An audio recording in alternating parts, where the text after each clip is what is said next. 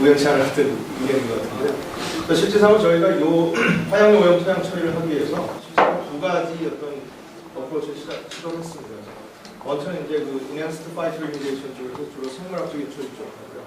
그 다음에 이제 Advanced Oxidation 쪽에서 화학적 처리 두 분야를 이제 받았었는데, 뭐 잘 아시겠지만 이제 그 오염 농도 자체가 낮다든지 또는 부지 자체가 굉장히 넓다든지 하면 저희가 일반적으로는 화학적 처리보다는 이제 생물학적 처리 쪽을 선호하기 때문에 메인으로는 사실상 저희가 이 파이터 리미데이션 쪽을 인핸스드하는 그런 형태로 시도를 했지만, 많은 경우에 있어서 이제 여러 가지 어떤 그 오염 물질 자체가 동시에 오염돼 있다든지, 특히 이제 중금속 같은 것들이 오염돼 있다든지 했을 경우에는 저희가 이 파이터 리미데이션이나 생물학적 처리 같은 거를 단순히 적용해서는 그 처리 효율 자체가 떨어지기 때문에 그런 어떤 두 가지 경우로 갈라서 조금 무리한 시도이긴 했지만 두 가지를 한꺼번에 이제 개발하는 형태로 연구를 진행했었습니다. 그래서 이 인핸스드 파이터 리미데이션 쪽에서는 저희가 일단 국내에 그 상존하고 있는 그 여러 가지 어떤 특정 분류들을, 해양류를 분해할 수 있는 분류들을 저희가 분리동작을 했고요.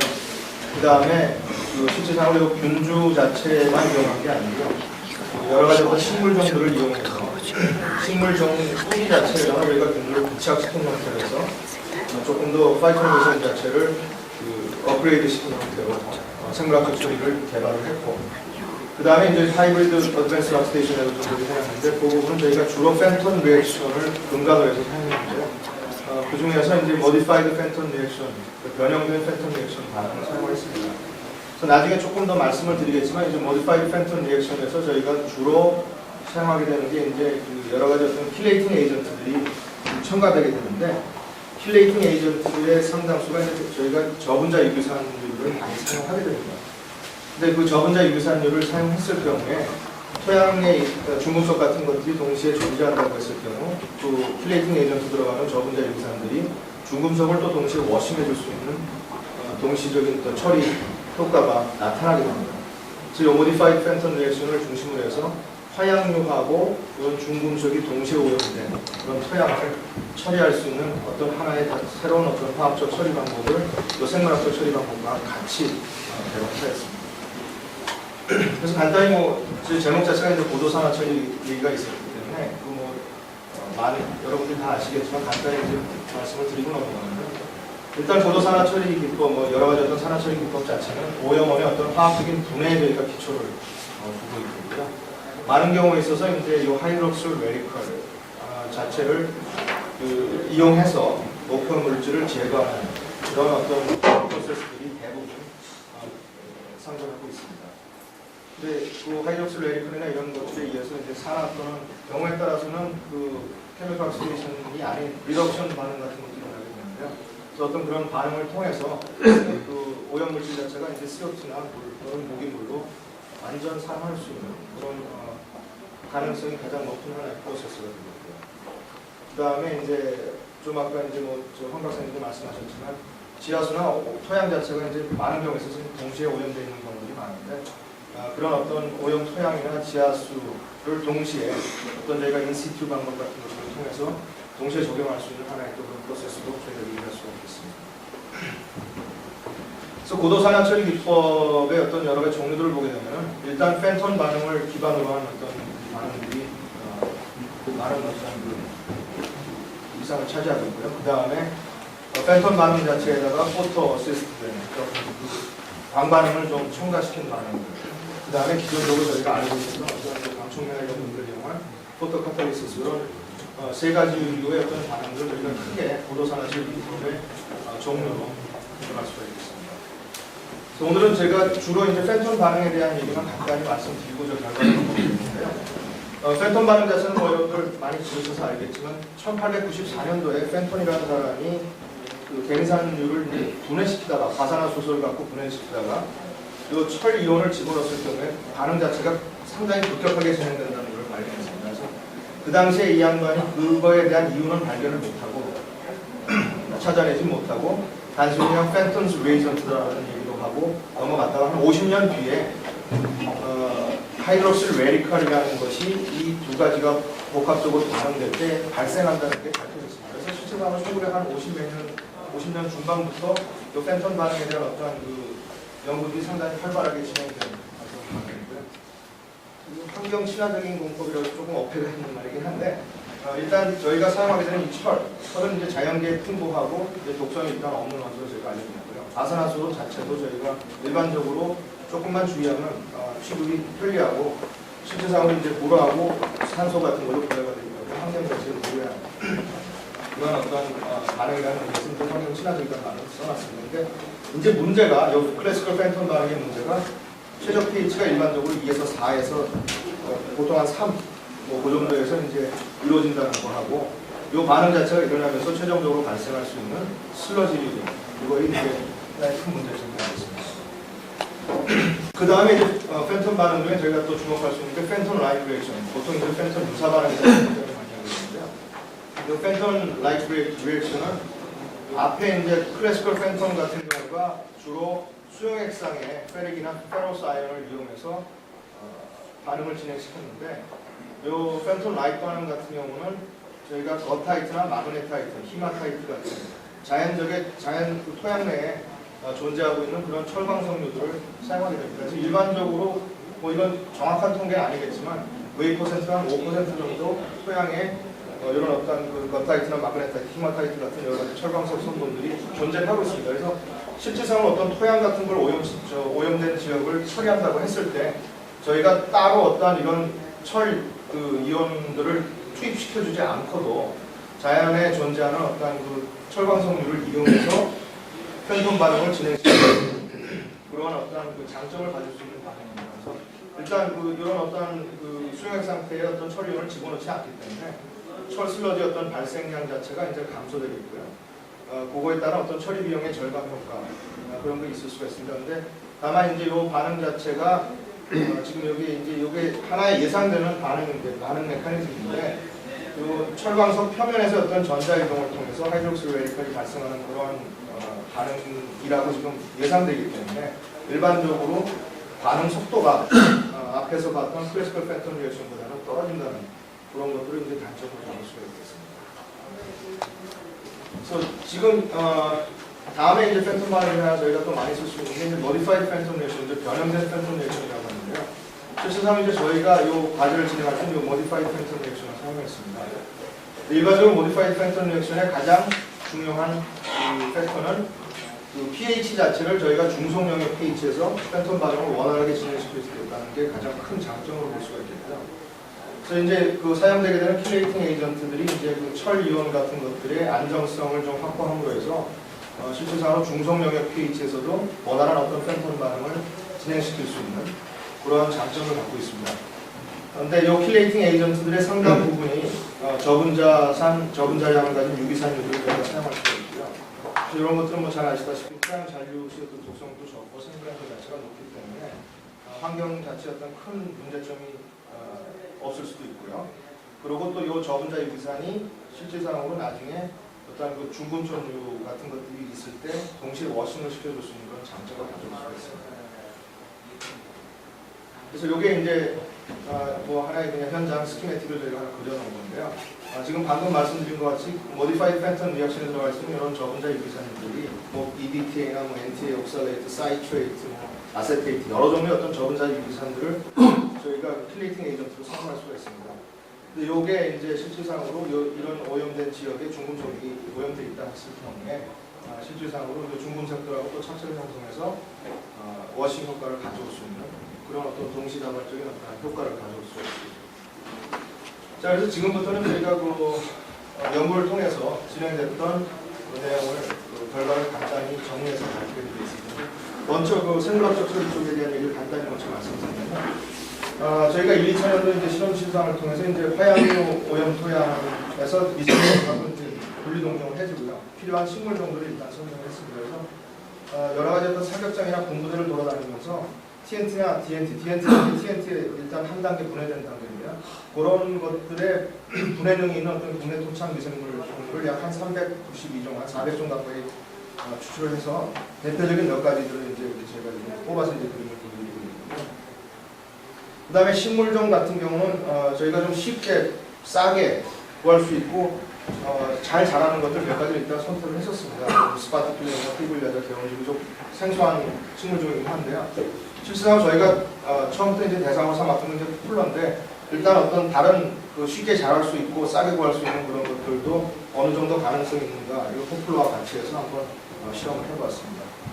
이거는 저희가 실험했을 때 그림을 잠깐 보여드리는데 이제 포플러를 재배해서 저희가 배양한 균주에다가 균주를 요 뿌리에다가 부착시킨 다음에 오염된 토양에다가 식재시켜서 어느 정도 그 TNT 어떤 분해 효과가 있는지를 확인을 해보았습니다. 이거는 이제 그때 이제 저희가 실험 시상에 있었던 결과를 먼저 보여드리고 있는데요. 이쪽 제일 왼쪽 그림은 균주 자체만 갖고 저희가 실험했던 겁니다. 그래서 몇 가지 이제 대표적인 가장 효과가 좋았던 네 가지 균주를 일단 먼저 사용을 해봤을 경우에 KT22라는 균주가 약 30일 동안에 100 ppm TNT를 농도를 기준했을 때 약 한 73% 정도 이제 분해되는 걸 확인할 수가 있었고요.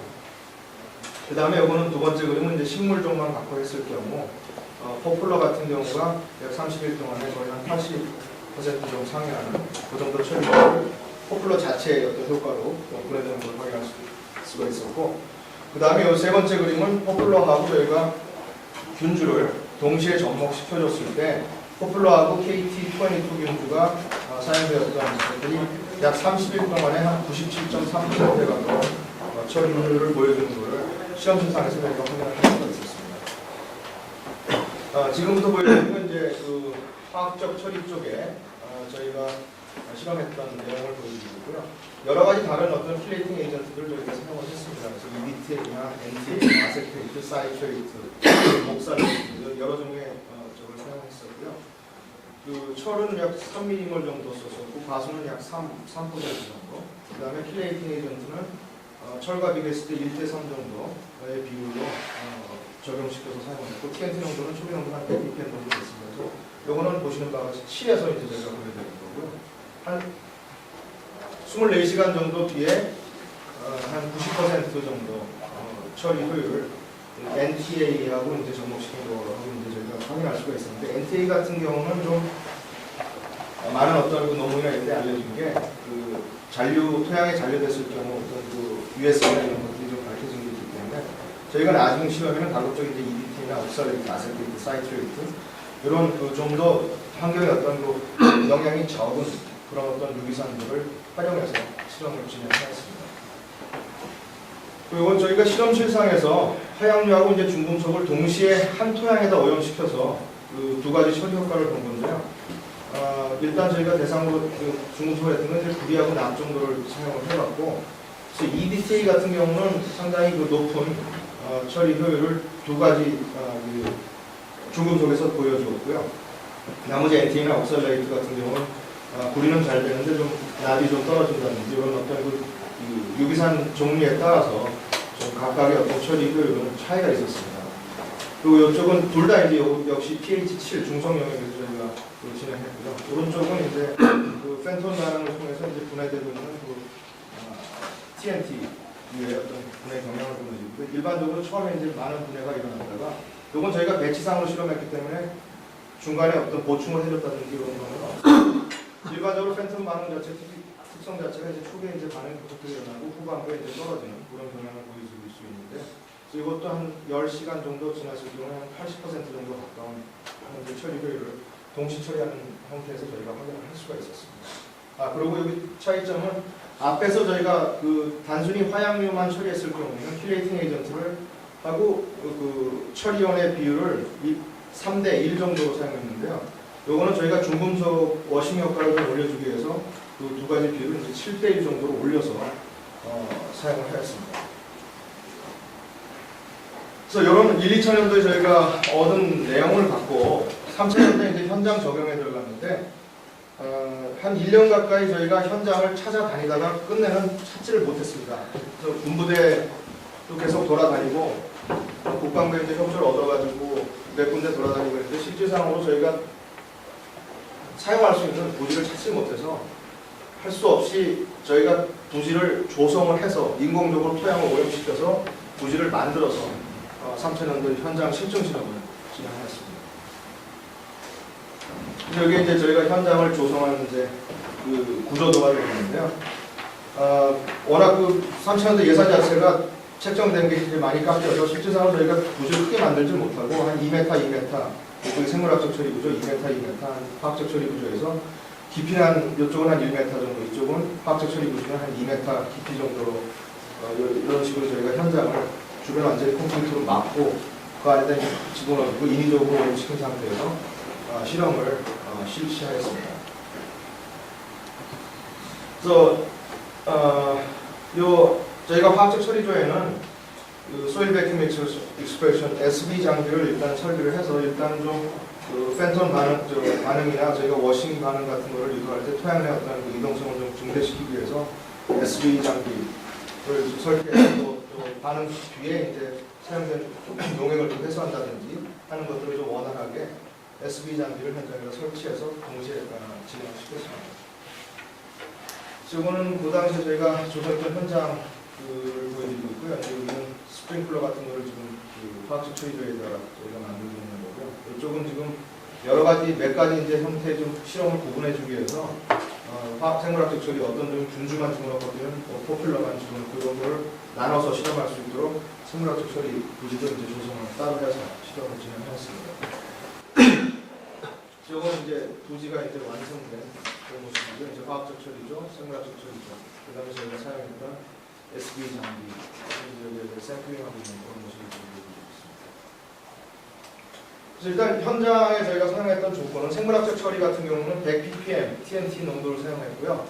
식물종은 하이브리드 포퓰러, 그 다음에 선택 균주는 가장 효율이 좋았던 KT22 균주, 그 다음에 화학적 처리 같은 경우는 TNT 농도를 한 300 ppm 정도 올렸고요.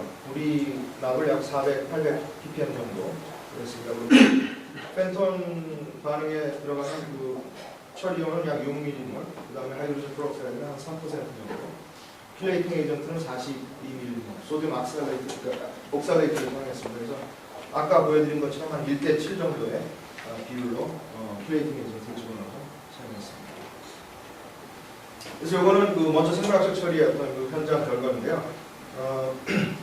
가장 좋은 효율을 보였던 건 역시 하이브리드 포퓰러하고 미생물하고 거기다가 중간에 이제 또 미생물의 어떤 활성을 좀 도와주기 위해서 영양분을 집어넣어줬는데 한 40일 정도 뒤에 100 ppm, 처음에 이제 저희가 100 ppm을 슈팅을 했는데 실제로 현장 농도는 한 150 ppm 정도로 시작을 했습니다. 그래서 최종적으로는 한 40일 정도 지난 뒤에 20 ppm 정도보다 좀 낮은 농도로 이 세 가지 어떤 조합을 집어넣었을 경우에 처리가 되는 걸로 저희가 확인을 할 수가 있었습니다. 그 다음에는 이제 화학적 처리조에서 저희가 모디파이드 펜톤 공정을 이용해서 화학류하고 이제 중금속을 복합오염된 토양 처리한 결과인데요. 일단 1회 처리할 때 저희가 주입량은 철 이온하고 플레이팅 에이전트를 합쳐서 0.2배 정도, 그 다음에 하이드로젠 프록사이드를 0.2배, 1회 주입량을 한 0.4배 정도 주입을 시켰습니다. 그래서 10회 정도 주입시켰을 경우에 TNT가 약 한 87%, 우리가 79%, 납이 한 86% 정도 처리되는 걸로 확인할 수가 있었고요. 20회, 한 10회 정도 더 주입시켰을 경우에는 TNT 같은 경우는 구리나 납과 마찬가지로 한 99% 이상 정도 떨어진 걸 확인할 수가 있었는데, TNT 같은 경우는 저희 나라에 지금 현재 아직 기준이 없습니다. 그래서 미국 EPA 기준이 17.2 ppm 정도 되기 때문에 그때 이제 저희가 타겟으로 잡는 게 17.2 ppm 이하로 낮추는 정도의 기술을 만들 수 있도록 노력하겠다 이렇게 목표치를 잡았는데, 실제 상황으로 이제 저희가 10회 주입했을 때는 그 정도보다는 못했고요. 한 20회 정도 주입했을 경우에는 그보다 훨씬 떨어지는 17.2 ppm이 기준치로 잡았었으니까요. 충분한 처리 효과를 가져올 수 있는 걸로 확인할 수가 있었습니다. 그래서 이거는 그때 그 저희가 TNT를 각각 현장에서 그 샘플링한 조건인데요. 저희가 한 4군데에서 깊이별 한 4군데에서 나눠서 이제 사용을 했습니다. 50cm, 그리고 100m, 100cm, 150cm, 2m. 4군데에서 깊이별로 샘플링을 해서 그 농도 추이를 변화를 쭉 확인했는데 거의 뭐 깊이별로 큰 차이 없이 일반적으로 비슷한 형태의 어떤 농도 감소를 저희가 확인할 수가 있었습니다. 그다음에 이제 중금속, 구리하고 이제 납의 농도 변화를 이제 토양내에서 변화된 걸 보여드리는데, 이거는 2군데서만 했습니다. 1m하고 2m에서만 샘플링을 저희가 추출했는데, 이것도 역시 중간중간 이제 아마 저희가 현장 샘플링을 하기 때문에 튀는 경우도 볼 수 있었지만 한 10한 5회 정도 이후에 10한 4회 정도 이후에는 일반적으로 거의 현장에서 그 중금속들이 상당히 제거돼서 그 다음에 더 이상 이제 완전히 흡착된 경우들 그런 어떤 중금속 피로 질이라는 건 거의 다 탈착돼서 나와서 이제 마지막에는 거의 농도 변화가 없는 형태로 저희가 확인할 수가 있습니다. 그래서 결론적으로 이제 간단히 정리하면은 저희가 그 두 가지 이제 생물학적 처리, 화학적 처리 두 가지 이제 그 현장에서 이제 확인을 해봤는데 일단 화양류 오염 제거는 우수한 이제 토착 균들을 저희가 상당수 확보한 걸로 지금 생각을 하고요. 그 다음에 하이브리드 포플러나 이런 어떤 그 식물체하고 개발 균들 자체를 저희가 복합시켜서 사용했을 경우에 상당히 경제적인 어떤 그 실용적인 경제적인 어떤 그 처리 기술을 확보했다고 생각합니다. 그 다음에 하이브리드 어드밴스드 옥시데이션 쪽에서는 일단 요 파이토 리미데이션의 어떤 단점이 그 뿌리가 존재하는 근권 정도에서만 이제 적용이 가능한데 일단은 근권을 벗어났을 경우에는 그런 어떤 그 인시큐 방법을 통해서 처리한다든지 어떤 그래서 이제 쉼터에서 어떤 화양류 오염 그 처리 기술을 확보했다 할 수 있고요. 그 다음에 가장 중요한 건 이제 중금속이나 화양류가 동시에 오염되어 있는 그런 복합 오염 토양에서 나름대로 저희가 이 두 가지 이유를 동시에 처리할 수 있는 기술이 확보된 걸로 생각하고 있습니다. 그리고 뭐 이건 뭐 당연한 얘기가 될 수도 있겠지만 SV 장비 같은 것들을 연계했을 경우에 그런 어떤 처리 효율 자체를 향상시킬 수 있는 걸로 생각할 수가 있고요. 전체적인 어떤 그 저희가 현장을 만들어서 있기 때문에 일단 그 현장마다 어떤 조건이 달라질 수도 있고 TNT의 어떤 농도마다 달라질 수가 있습니다. 일단 저희가 사용한 현장에 한 300ppm 정도 오염된 TNT 톤당독을 처리하는데 약품비 정도만 지금 저희가 일단 계산하면 한 6만 원 정도 나오는 걸로 지금 저희가 확인을 할 수가 있었습니다. 그래서 전체적으로 그 생물학적 처리하고 이제 화학적 처리를 저희가 동시에 개발을 했고요.